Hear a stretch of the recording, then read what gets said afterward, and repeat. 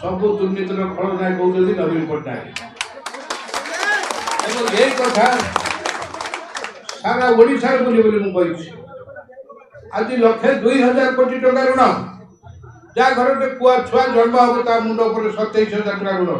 ये ऋण सुझे नवीन पट्टनायक मंत्री सुझे ना ये गरीब लोक सुझे झुंपुड़ी घरे इंदिरा आवास विजु पक्का घरे प्रधानमंत्री आवास योजना होल्डिंग टैक्स बसो लोक जिजिया कर बस 5-3 वर्ष पर हाहाकार चलो सब तेणु बेल देख कथा कर मुझे देखिए कौन करेंगे सरकार करके जाऊ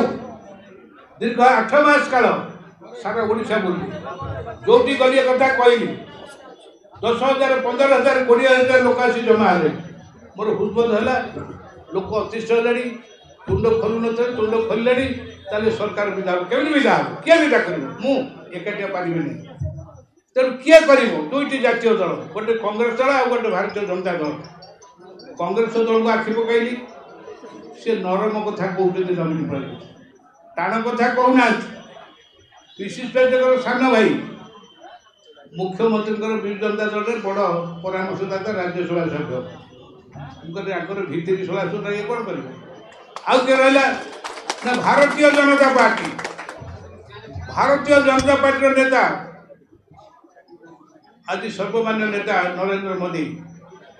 प्रधानमंत्री